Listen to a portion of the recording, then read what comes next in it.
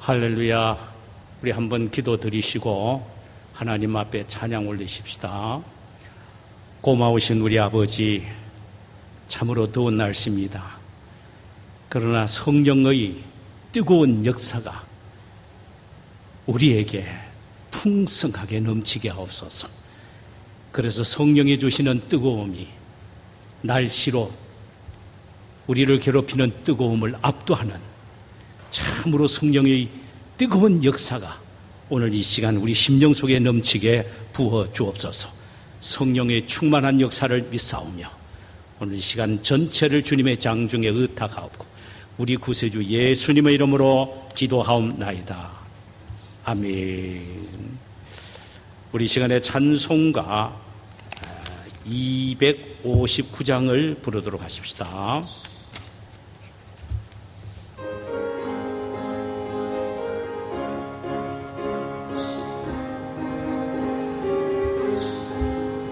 예수 십자가에 흘린 피로써 그대는 씻기어 있는가? 더러운 죄 희게 하는 능력을 그대는 참으지 하는가? 예수의 보혈로 그대는 씻기어 있는가? 마음속에 여러 가지 죄악이 깨끗이 씻기어 있는가? 주 예수와 밤낮으로 늘 함께 그대는 행동을 하는가?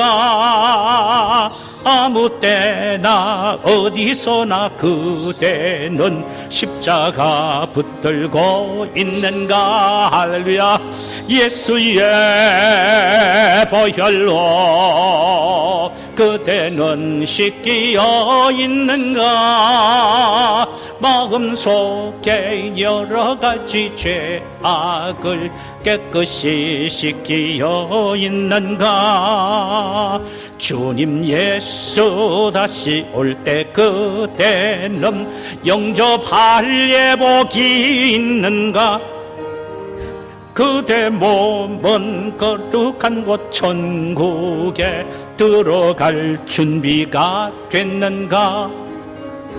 예수의 보혈로 그대는 씻기어 있는가?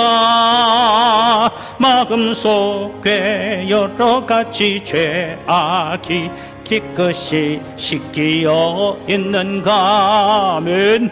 모든 죄에 더러워진 예복을 주 앞에 지금 다 벗었어. 샘물같이 솟아나는 보혈로 눈보다 더 희게 씻으라. 예수의 보혈로 그대는 씻기어 있는가?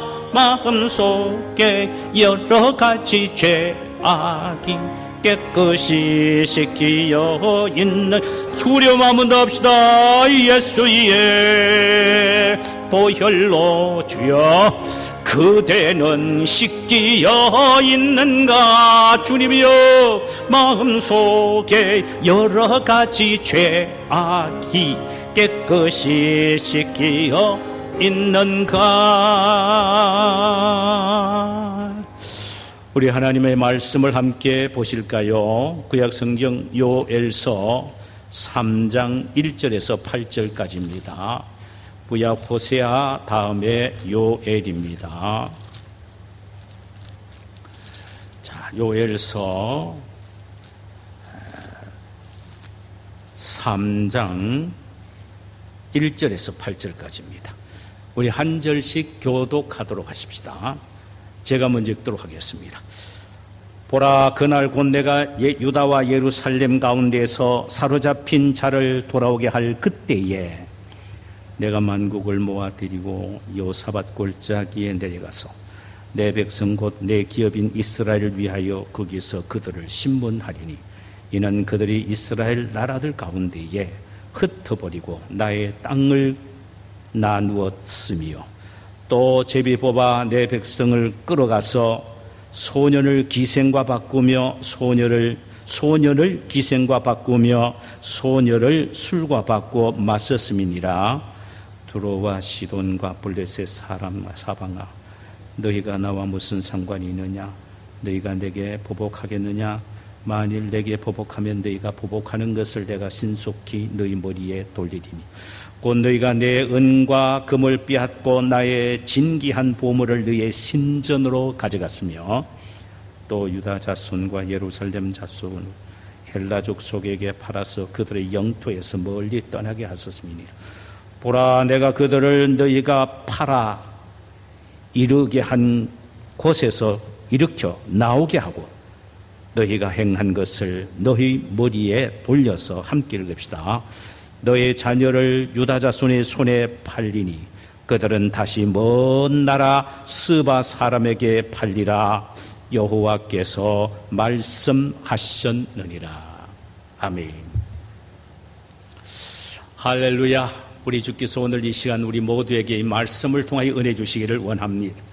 오늘 이 말씀을 통하여 함께 나누고자 하는 제목은 만국을 심판하실 하나님이라는 제목입니다.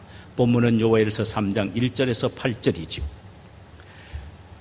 구약의 이스라엘 역사를 통하여 보면은 우리가 발견할 수 있는 위대한 사건이 있습니다.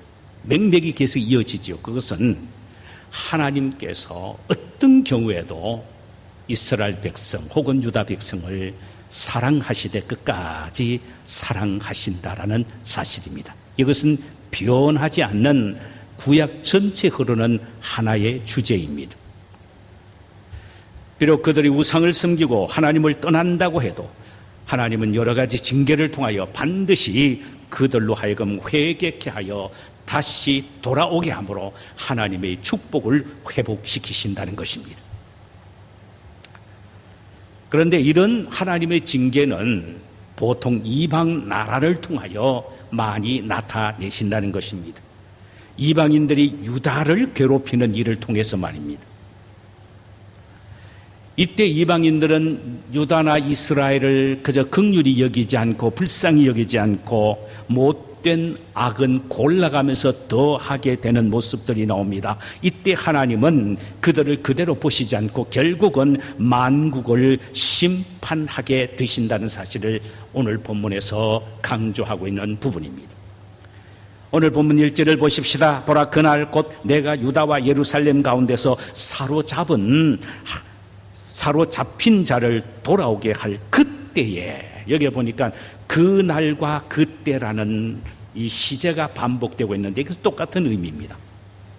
이는 하나님의 진노가 풀리는 날을 의미하며 유다 백성이 바벨론에서 해방되어 돌아오는 그때를 의미하며 하나님의 징계에서 회복되는 그 날을 의미합니다. 그러니까 유다에게, 이스라엘에게 있어서 하나님이 은총이 임하는 축복의 날을 그 날 혹은 그때라고 말합니다.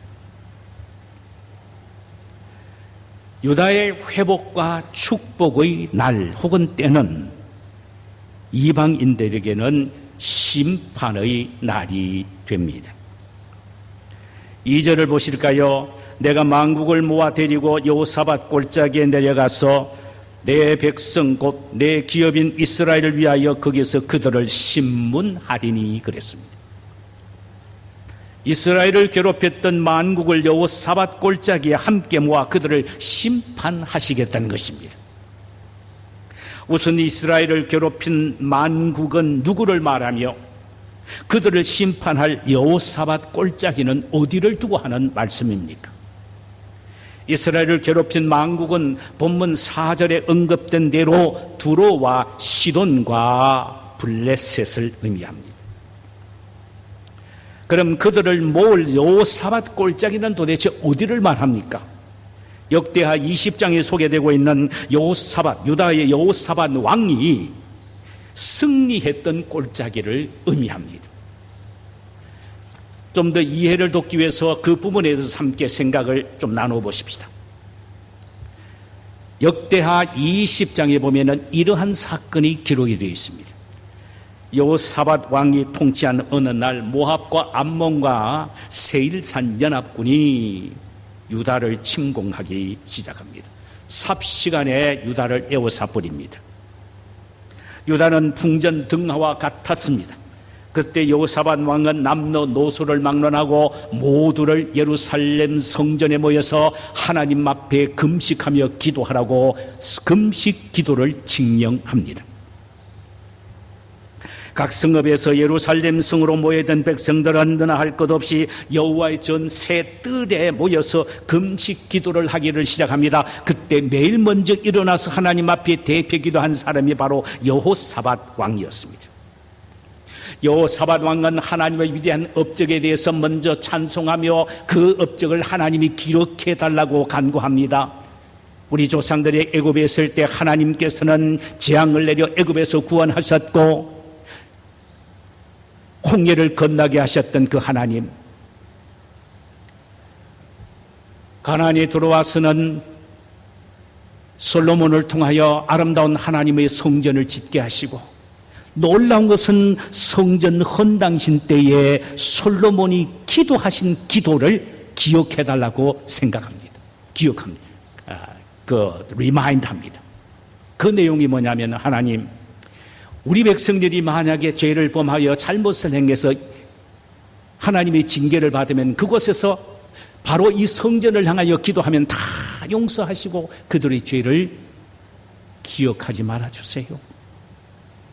만약에 우리 백성들이 잘못하여 저 이방의 포로로 잡혀갔다면 그곳에서 예루살렘을 향하여 하나님 앞에 기도하면 그때 하나님이 그 기도를 들으시고 다시 우리 후손들을 고토인 예루살렘으로 돌아오게 해주세요. 이것이 솔로몬의 기도였습니다. 그때 하나님은 솔로몬의 기도를 응답해 주셨습니다. 그래서 지금 여호사밧은 그것을 기억합니다. 옛날 출애굽 사건과 홍해를 건너게 하신 사건, 그리고 또한 솔로몬이 성전 낙성식을 하면서 하나님 앞에 기도했을 때 하나님이 들어 응답해 주시겠다고 약속하신 그 약속의 말씀을 붙잡고, 하나님이여, 우리가 지금 이런 상황에 놓여져 있으니 우리의 기도를 들어주세요. 그래서 이를테면 이렇게 기도합니다. 여호와여, 우리를 치러 오는 이 큰 무리를 우리가 대적할 능력도 없고 어떻게 할 줄도 알지 못하옵고 오직 주만 바라보나이다. 하나님, 우리가 바라는 것은 하나님뿐입니다. 자, 애절한 기도요, 멋있는 기도요, 온 백성 앞에서 먼저 손을 들고 여호사밧 왕이 대표 기도를 합니다. 그때 하나님의 영이 레위 사람 야하시엘에게 임하여 여호사밧과 온 백성들에게 그들을 구원해 주실 것을 말씀하십니다. 너희는 이 큰 무리로 말미암아 두려워하거나 놀라지 말라. 이 전쟁은 너희에게 속한 것이 아니라 여호와께 속한 것이리라. 여호와가 구원하는 것을 너희들이 볼 것이다.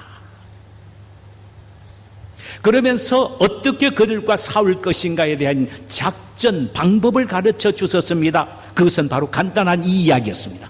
너희들 가운데 레위인을 중심으로 해서 성가대를 만들어라. 그리고 성가대 가운을 입혀라. 그리고는 유다 백성들, 그러니까 유다 군인들 앞에 성가대를 세워서 적군이 쳐들어올 때 그들을 바라보면서 찬송을 부르게 하라. 찬송의 내용은 여호와께 감사하세. 그의 인자하심이 영원함이로다. 승리하기도 전에 여호와께 승리의 감사를 먼저 드리라는 것입니다.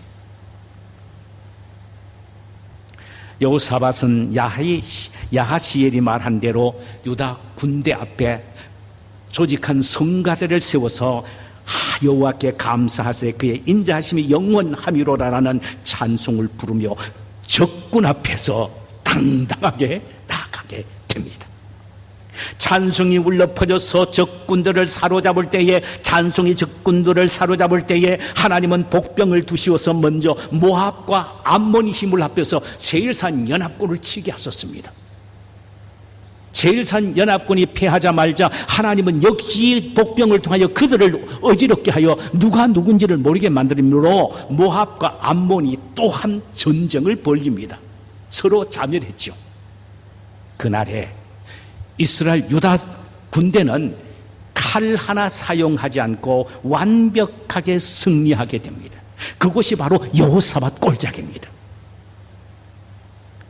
하나님은 이곳에 두로와 시돈 그리고 블레셋을 모두 모으고 그들을 심판하시겠다는 것입니다.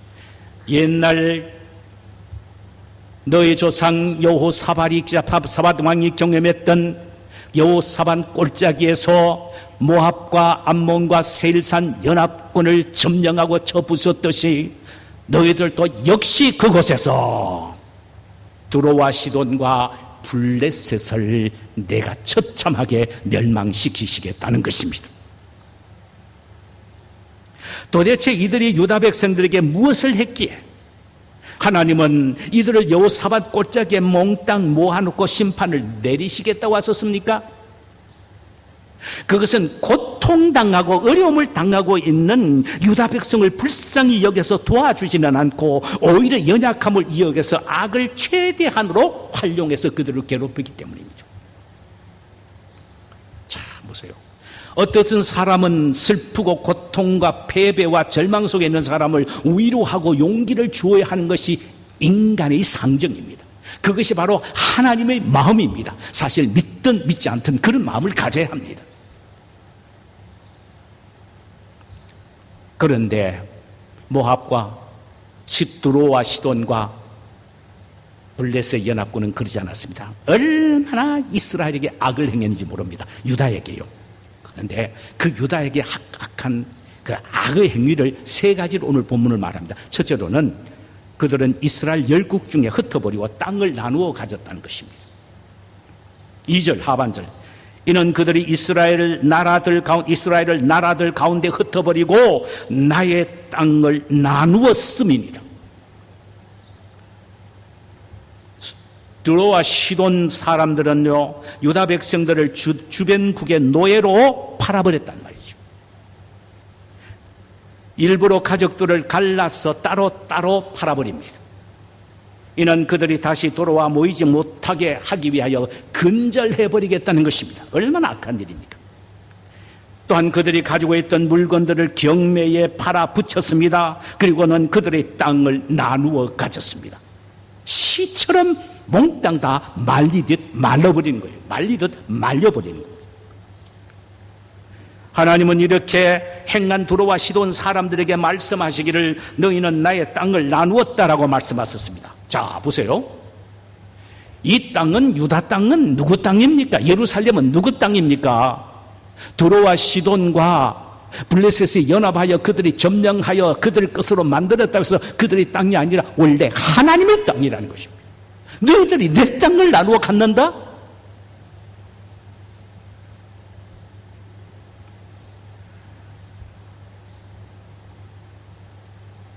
그들이 차지한 땅은 전부 하나님의 땅이라는 말입니다. 가나안은 하나님이 주셨고 이스라엘 백성들도 역시 하나님의 선민이기에 가나안 땅도 하나님이 주셨고 이스라엘 백성들도 하나님의 선민이기에 비록 그들이 잘못하여 그들의 불순종의 죄 때문에 이방에 붙여서 고통을 당한다고 하더라도 이스라엘 땅도 결코 두로와 시돈과 블레셋의 소유가 아니라는 것입니다. 그런데도 두로와 시돈은 하나님의 백성을 자기 멋대로 열국으로 흩어버리고 하나님의 땅을 제 멋대로 제비 뽑아서 나누어 가졌습니다. 그래서 하나님은 그들의 악을 보시고 감히 내 소유를 너희들이 마음껏 주물려 멋대로 해 하면서 징계를 내리신 겁니다. 두 번째로 그들의 악이 뭐냐면은 인신매매까지 행동으로 옮긴 것입니다. 인신매매. 3절을 보면은요, 또 제비 뽑아 내 백성을 끌어가서 소년을 기생과 바꾸며 소녀를 술과 바꾸어 마셨느니라. 모압과 두로와 시돈과 또 블레셋 연합군들은요, 이스라엘을 노예로 팔 때에 부부와 자식들을 고의적으로 서로 갈라서 팔았습니다. 고통을 더해주기 위하여 제비를 뽑아 부모와 자식을 동서남북으로 흩어버렸다는 말입니다.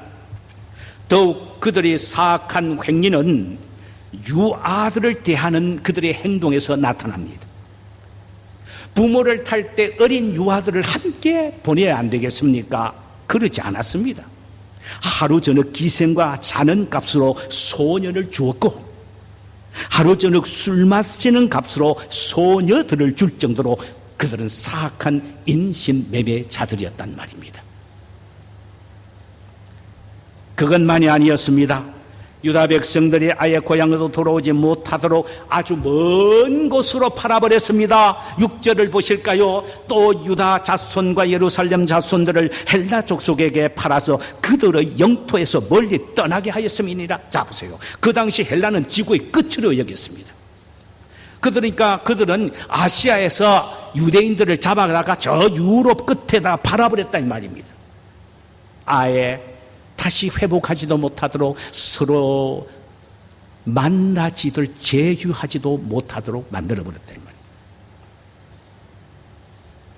물론 하나님께서 이스라엘이나 유다 자손들이 불순종할 때는 이방인을 통하여 그들의 손을 통하여 노예로 팔기도 하셨습니다. 그래도 이방인들은 당신의 택한 백성을 선대해 주기를 원했습니다. 그게 인간의 본 마음이기 때문에 인간다움의 모습이기 때문입니다. 그런데도 그들은 그리지 않았습니다. 그들은 더 유대인과 이스라엘 백성들에게 더 악행을 저질렀던 것입니다. 하나님은 이스라엘 백성과 유다 백성이 하나님의 택한 백성이 아무리 하나님 보시기에 악하다고 해도 이방인인 자신들에 비하면은 수십 배, 수천 배나 선하고 어렵다는 것을 아십니다. 그러므로 이스라엘 백성들이 이방인들에게 붙여져서 고통을 당할 때 이방인들이 느끼고 생각하고 깨달아야 될 것이 있습니다. 아, 선민들도 이렇게 잘못을 범하면은 하나님이 우리를 통하여 징계를 내리시거늘 이방인 우리에게야 오죽하시겠나 하면서 벌벌벌 떨며 그때를 생각하여 회개하고 돌이킬 수 있는 기회로 삼아야 되는데 이 시돈과 두로와 그리고 블레셋은 그러지 않았습니다. 만약 그들이 그렇게 했더라면 하나님의 긍휼과 은혜를 입었을 것입니다. 그렇게 하지 않았기에 하나님은 이런 아삭한 인신 매매, 긍휼도 자비도 없는 피도 눈물도 없는 이 인신 매매의 죄를 보시고 그들을 심판하시겠다는 겁니다. 마지막 하나는 그들은 하나님이 그것을 탈취했습니다. 하나님이 그것을 탈취했습니다. 5절 곧 너희가 내 은과 금을 빼앗고 나의 진귀한 보물을 너희 신전으로 가져갔으며 라고 했습니다. 유다 백성들이 드리는 헌물로 드리기 위하여 준비된 은과 금은 다 하나님의 것이라고 했는데 그들은 자신들의 것인 줄 알고 전쟁에서 승리했다고 하나님의 물건을 자신의 것으로 의기양양하며 거두름 피우면서 그 보석들을 다 거두어서 자신들이 믿는 이방 신전에 바쳤다는 것입니다. 이들의 악한 행동은 수위가 넘어진 것입니다. 수위를 넘은 것입니다. 이제는 하나님 앞에서 마치 하나님을 이긴 승리자처럼 교만해 있는 것입니다. 그런 이들에게 다음과 같이 하나님은 심판을 내리시겠다고 말씀하셨습니다. 4절입니다. 두로와 시돈과 블레셋 사방아, 너희가 나와 무슨 상관이 있느냐? 너희가 내게 보복하겠느냐? 만일 내게 보복하면 너희가 보복하는 것을 내가 신속히 너희 머리에 돌리리리. 여기 너희와 나와 무슨 상관이 있나라는 말씀의 원 의미는 너희가 나와 무슨 원한 관계가 있느냐, 그래서 내 백성을 이토록 처참하게 짓밟느냐라는 의미입니다. 우리는 이 말씀 속에서 매우 중요한 진리 하나를 발견하게 됩니다. 그것은 하나님께서는 고통당하는 당신의 백성과 자신을 일치시키고 계신다는 말입니다. 당신의 백성과 자신을 일치시키고 계세요. 그래서 자기 백성을 불쌍히 여기는 것이 곧 하나님 자신을 불쌍히 여기는 것으로 여겼고, 자기 백성에게 보복하는 것을 곧 자신에게 대항하여 보복하는 것으로 여겨 그들을 보복하시겠다는 것입니다. 이 보복이 얼마나 철저하며 부가적인 것인가를 이렇게 말씀을 하셨습니다. 7절과 8절입니다. 보라, 내가 그들을 너희가 팔아 이르게 한 곳에서 일으켜 나오게 하고 너희가 행한 것을 너희 머리에 돌려서 너희 자녀들 유다 자손의 손에 팔리리니 그들은 다시 먼 나라 스바 사람에게 팔리라 여호와께서 말씀하시네.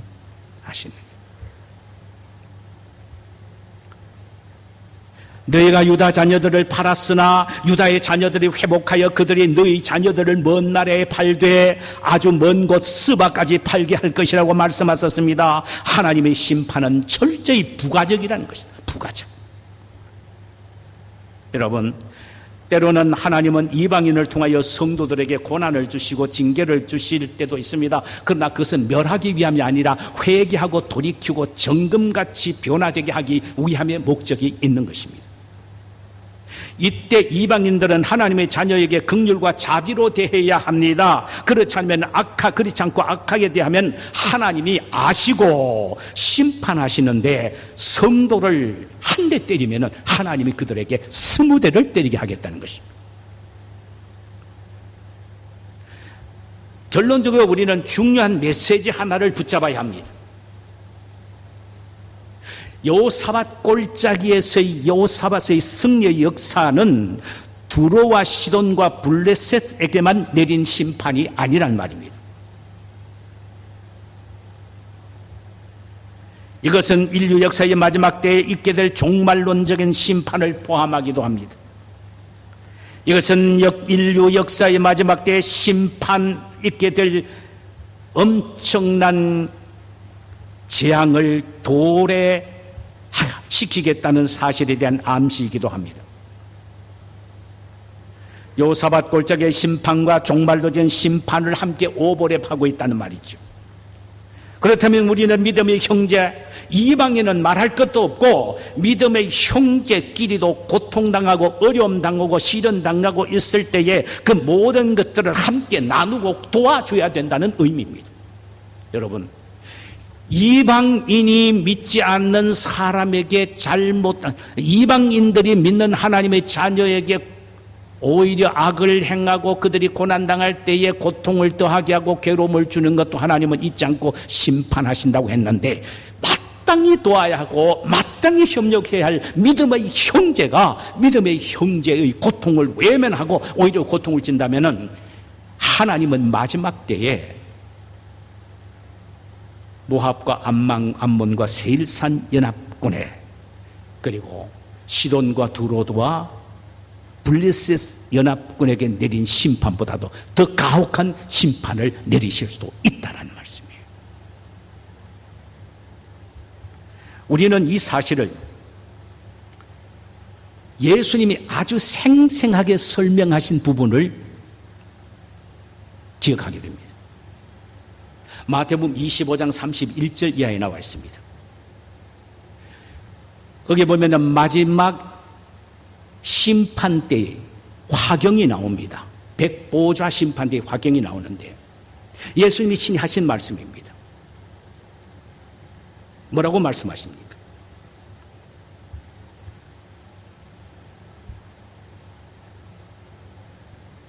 두 부류의 사람이 주님 앞에 서게 된다는 것입니다. 하나는 양이라고 불리는 의인이요, 하나는 악인이라고 불려지는 염소라는 것입니다.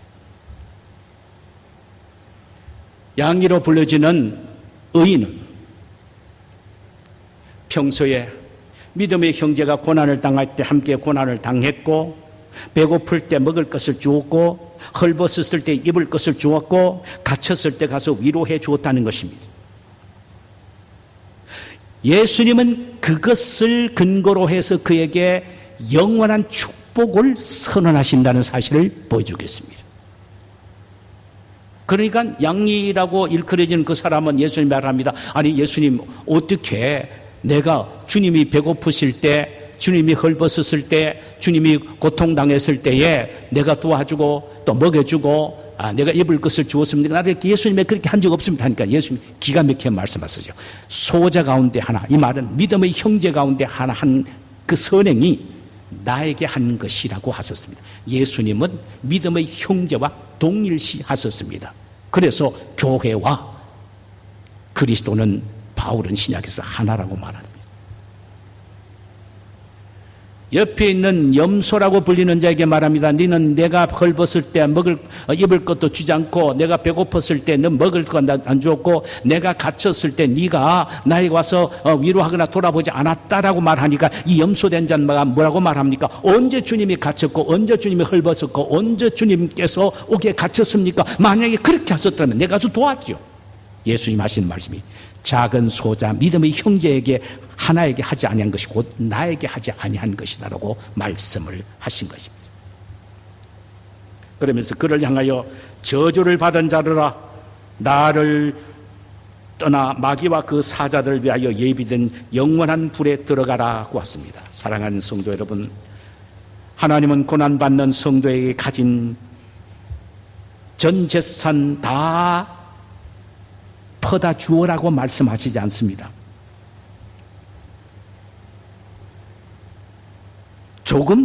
그저 조금 관심을 갖고 베풀어라는 것입니다.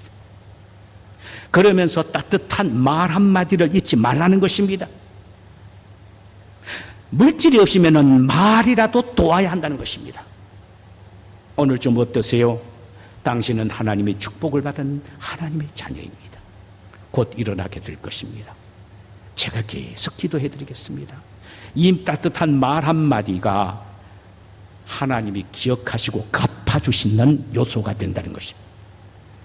신앙생활 잘 하다가 고통을 당하는 믿음의 형제에게 가서 그래도 하나님이 형제와 함께 하십니다. 당신은 반드시 재기할 것입니다. 당신이 하나님의 사랑을 받는 분이시기에 다시 그 날이 올 것입니다. 이렇게 말해 주라는 것입니다. 그 축복의 말을 잊지 않게 된다면 우리 주님은 그 말을 가지고 기억하시고 인정하시고 갚아 주시겠다는 것입니다. 우리 모두 고난당한 분들에게 이런 따뜻한 도움의 심령들이 되었으면 좋겠습니다. 이런